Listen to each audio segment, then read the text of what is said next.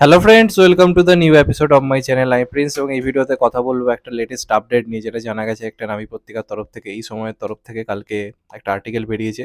তো কালকে রাত্রে আমি ভিডিও করতে পারিনি, কারণ কালকে একটা বিয়ে বাড়ি ছিল, সেখানে আমি ছিলাম, ব্যস্ত ছিলাম, যে কারণে করা হয়ে ওঠেনি। আর সকালে উঠেই এতক্ষণে ফ্রি হলাম, যে কারণে মনে হলো অবশ্যই এটা নিয়ে কথা বলার দরকার রয়েছে। তো আমরা খাদানের রিলিজ ডেট নিয়ে বেশ কদিন ধরে খুবই এক্সাইটেড ছিলাম যে কবে আসবে কবে আসবে, এবং আমি দেখবেন প্রত্যেকটা ভিডিওতে একটা কথা বলেছি, যতই সবাই বলুক 2025-এ আসবে বা পিছবে, এরকম কথা অনেকেই বলছিল। তো আমি তখন বলেছিলাম যে না, ওটা পসিবল না, কারণ তারা প্রত্যেকটা পোস্টে কিন্তু 2024 আসবে এই কথাটা কিন্তু বারবার উল্লেখ করেছে। তো এর মানে একটাই ব্যাপার দাঁড়ায় যে এই সিনেমাটা কিন্তু তারা খুব জলদি কিন্তু আনাপ্ল্যান করছে। এবার একটা ব্যাপার এখানে রয়েছে, কিন্তু রয়েছে, আমরা যদি দেখি এই সিনেমাটা রিলিজ মানে যেটা বলা হচ্ছে সেটা হচ্ছে 28 জুন। এবার আমরা যদি দেবের মানে সিনেমার লাইন আপটা যদি দেখি, তাহলে টেক্কাকে ঘোষণা করা হয়েছিল দেব 45 হিসেবে, খাদানকে ঘোষণা করা হয়েছিল দেব 46 হিসেবে, আর আরেকটা যে সিনেমা ছিল সেটাকে ওইরকমভাবে কিছু অ্যানাউন্স করা হয়নি, ওটা আমি ধরে নিচ্ছি দেব 47। এবার টেক্কা খাদানের মধ্যে আমার অন্ততপক্ষে ধারণা ছিল টেক্কা আগে আসবে, খাদান পরে আসবে, মানে সিনেমার নাম অনুযায়ী। তবে এখন যেটা মনে হচ্ছে ওটা শুটিং ওয়াইজ ঠিক করা হয়েছিল। শুটিং ওয়াইজ দেব 45 ধরা হয়েছিল হচ্ছে টেক্কাকে, আর শুটিং ওয়াইজ খাদান যেহেতু তারপরে শুরু হয়েছে, সেই জন্য ওটাকে দেব 46 ধরা হয়েছে। কিন্তু সিনেমা ওয়াইজ কিন্তু আগে খাদান আসছে, তারপর আসছে হচ্ছে টেক্কা। এবার 28 জুন যে টাইমটা বলা হচ্ছে, ওটা কিন্তু বেসিক্যালি কোনো ফেস্টিভ্যাল টাইম কিন্তু নয়, একদমই একটা নর্মাল টাইম। এবং এই বছর বাংলার সব থেকে বড় সিনেমা যদি ধরা হয়, মানে সব মিলিয়ে আর কি, বড় গ্র্যান্ডারের যে কাজ আছে সেই হিসেবে যদি ধরা হয়, তাহলে খাদান কিন্তু বিরাট বড় কাজ। এবার এরকম একটা কাজের স্বাভাবিক বাজেটও অনেক বেশি হবে। এবার পুজো বাদে বা ক্রিসমাস বাদে বা ঈদ বাদে এই যে টাইমগুলো না, খুব রিস্কি কিন্তু একটা টাইম। কারণ এই সময়টা যেহেতু ছুটি ছাটা থাকে না, তো অডিয়েন্স কিন্তু আমাদের বাংলা অডিয়েন্সের যদি বেসিক্যালি কথা বলি, দেখুন বলিউড ফলিউডের কোনো ব্যাপার নয়, এই যে জওয়ান এসেছিল নর্মাল টাইমে, তো ভয়ঙ্কর কালেকশন তো করে গেছিল। এবার সত্যি কথা বলতে গেলে ওখানকার অডিয়েন্স অনেক লয়াল, এবং বাংলা সিনেমার দর্শক হিন্দি সিনেমার প্রতি অনেক বেশি লয়াল, যে টাইমে আসুক না যাবো না কেন। এবার সেই হিসাবে 28 জুন যে টাইমটা আনা হচ্ছে, টাইমটা কিন্তু বেশ রিস্কি।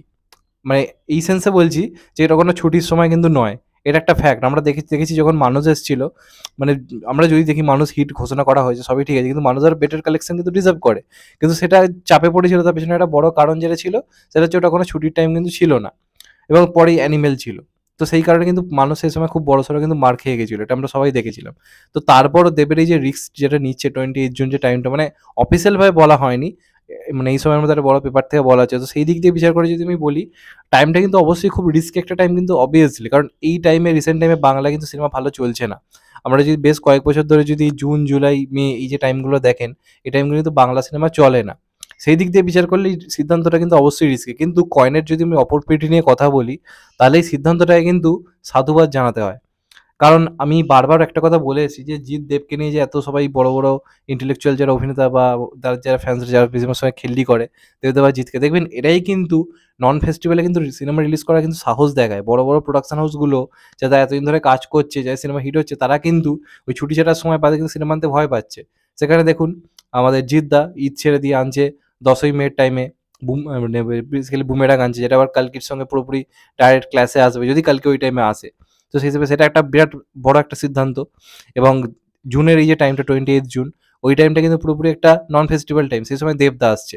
তো এই যে বড় বড় যারা তারকা, তারা এই যে সিদ্ধান্তটা নিচ্ছে, এটা কিন্তু সাধুবাদ মানে সাধুবাদ জানাতে হয়। কারণ এই নর্মাল টাইমগুলোতে তো মানে বাংলা সিনেমার অবস্থা খুব খারাপ থাকে, কোনো সিনেমাই এসে মার্কেট করতে পারে না। তো সেখানে তারা যে নিজেদের বড় বড় সিনেমাগুলোকে ওই পুজোর আশায় বা ক্রিসমাসের আশায় না রেখে এই টাইমে যে রিলিজ করছে, এটা কিন্তু খুব ভালো একটা সিদ্ধান্ত। এবং আমি কোথাও গিয়ে বলবো বুমেরাং নন ফেস্টিভ্যাল আসছে, এটাও নন ফেস্টিভ্যাল আসছে, বুমেরাংয়ের থেকে কিন্তু এই সিনেমাটা একটু হলেও কম চাপে থাকবে। কারণ বুমেরাংয়ের সঙ্গে তাও একটা ক্লাস রয়েছে, কালকির একটা বড়সড় ক্লাস হবে, সেটা আমরা জানি। তো সেই হিসেবে ওটা একটু হলেও আমার মনে হয় চাপে থাকবে। তবে খাদানের কিন্তু আমি যদি বাদ বাকি রিলিজ ডেটটা যদি বাদ দিই, নন ফেস্টিভ্যাল কথাটা আমি যদি সরিয়ে দিই, তাহলে এটা কিন্তু একটা দুর্ধর্ষ রিলিজ টাইম কিন্তু একদিক দিয়ে অবশ্যই মানতে হবে। তার পেছনে বড় কারণ হচ্ছে ওই সময় কোনো বড় কাজ নেই, না বাংলাতে কোনো বড় কাজ, না হিন্দিতে কোনো বড় কাজ। কারণ আপনারা যদি দেখেন, আমরা যে টাইমটা বেসিক্যালি চাইছিলাম আসুক, সেটা হচ্ছে আগস্ট। আমরা চাইছিলাম যদি আনতে হয় তাহলে আগস্টে আনো, কারণ আগস্ট একটা ছুটির টাইম। এবার ওই সময় এলে কিন্তু একটা চাপ হতো। তার কারণ রয়েছে, একদিকে রয়েছে পুষ্পা 2, আর একদিকে রয়েছে হচ্ছে সিংঘাম এগেন। দুটো সিনেমারই কিন্তু হাইপ ভয়ঙ্কর ভালো। যেহেতু অজয় দেবগন এতদিন পর সিংঘাম হয়ে ফিরছে, সেটা স্বাভাবিকভাবে হাইপ রয়েছে। অপরদিকে আল্লু অর্জুন পুষ্পা 2, ওটার তো মানে ইনসেন হাইপ। মানে তার মধ্যে এলে কিন্তু কালেকশনে কিন্তু একটা বড় প্রবলেম থাকতো। এবার সেই দিক দিয়ে বিচার করলে এই টাইমটা পুরো ফাঁকা একটা টাইম।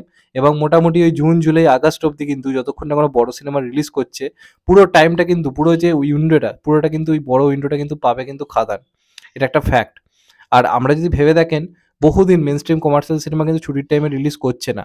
সেখান থেকে দাঁড়িয়ে দেবদার যে মেইনস্ট্রিম কাজ কম করছিল, সে হঠাৎ করে একটা সিনেমা নরমাল টাইমে কেন আনছে? তার মানে সে একটা ব্যাপারে কনফিডেন্ট যে এই কাজটার মধ্যে দম রয়েছে। নাহলে দেবের মতো লোক যে এতদিন ধরে চাইছিল বড়, বড় ফেস্টিভ্যালে সিনেমা আনতে, সে কেন নরমাল টাইম বেছে নিচ্ছে? কারণ সে জানে যে এই কনটেন্টে দম রয়েছে। নাহলে তারা এরম রিলিজ ডেট কিন্তু বাছতো না।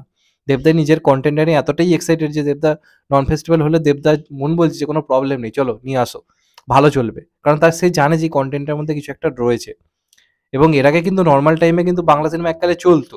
আপনারা যদি দেখেন বহু আগে দেবজিৎদার সিনেমা কিন্তু নন ফেস্টিভ্যালে তো ভয়ঙ্কর বিজনেস করেছে। তো ওইটা কিন্তু ফিরিয়ে আনা দরকার। এই প্রত্যেকটা বছর শুধু ওই পুজোর সময় সিনেমা চলবে, ক্রিসমাসের সময় সিনেমা চলবে, আর না হলে ওই ঈদের সময়, সেটা কিন্তু হতে পারে না একটা ইন্ডাস্ট্রির জন্য। নরমাল টাইমে সিনেমা চললে তবে ইন্ডাস্ট্রির গ্রোথটা হবে। তো এই বছরটা ভালো লাগছে কি, মে মাসে আসছে জিদ্দা, জুন মাসে আসছে দেবদা। এটা তো আমরা এতদিন ধরে চাইছিলাম যে সারা বছর ধরে একটা টাইমে না এসে নরমাল টাইমগুলোতে সিনেমা আনা হোক। তো এই বছর কিন্তু টলিউড বা বাংলা ইন্ডাস্ট্রি দেবদা ও জিদ্দা এই প্ল্যানিংটা নিয়েছে। এটা একটা খুব ভালো সিদ্ধান্ত। এটা কিন্তু সাধুবাদ জানাতে হয়। তো যাই হোক, আমাদের আর বেশি দিন সত্যি কথা বলতে ওয়েট করতে হবে না। যদি আমরা এই পত্রিকার প্রতিবেদনকে যদি বিশ্বাস করে আর কি চলি, তাহলে আমাদেরকে বেশি দিন আর ওয়েট করতে হবে না। সেটা অবশ্যই ভালো লাগছে। কারণ খাদান এমন একটা কাজ, দেবদার মেইনস্ট্রিম কমার্শিয়াল কামব্যাক, এটা যখন থেকে শুনেছিলাম সত্যি বলতে ওয়েট করতে ইচ্ছে করছিল না।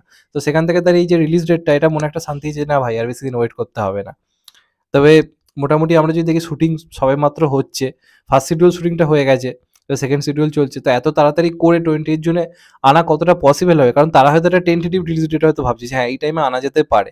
এরকম হয়তো তারা ভাবছে। আল্টিমেটলি যে এই টাইমে আসবে এমনটা কিন্তু নাও হতে পারে। লাস্ট মুহূর্তে তারা হয়তো ঠিক করলো যে না, টাইম নিয়ে আনি। তো আমি বলব টাইম নিয়ে আনাটাই আই থিংক ভালো হবে। তবে একদিক দিয়ে ভেবে দেখি এই টাইমটা আনলেও কিন্তু খারাপ নয়। যদি তারা রেডি করে আনতে পারে, অনেক দিনের তারা কিন্তু একটা বড় উইন্ডো পাবে। অনেক দিন ধরে সিনেমাটা ফাঁকায় কিন্তু চলতে পারবে। এটা নিয়ে কোনো ডাউট নেই। আর এটা এমন সিনেমা হতে চলেছে যেটা সিঙ্গেল স্ক্রিনও মারাত্মক চলবে। কারণ ইউথদের মধ্যে এই সিনেমাটা নিয়ে কিন্তু কথাবার্তা হচ্ছে। তো লোকে কিন্তু দেখতে যাবে। এটা নিয়ে কোনো ডাউটও নেই। তো সেই হিসাবে সিদ্ধান্তটা অবশ্যই আমার মনে হয় ভালো। তবে আমার মনে হয় টাইম নিয়ে আরেকটু পরে এলেও কিছু আমার তো অন্ততপক্ষে কোনো প্রবলেম নেই যে হোক, ভালো হোক, আরো ভালো হোক। এবার দেখা যাক তাড়াতাড়ি করে আনা হচ্ছে, কতটা জিনিসটা ভালো হয়, সেটা একটা অবশ্যই দেখার ব্যাপার থাকবে।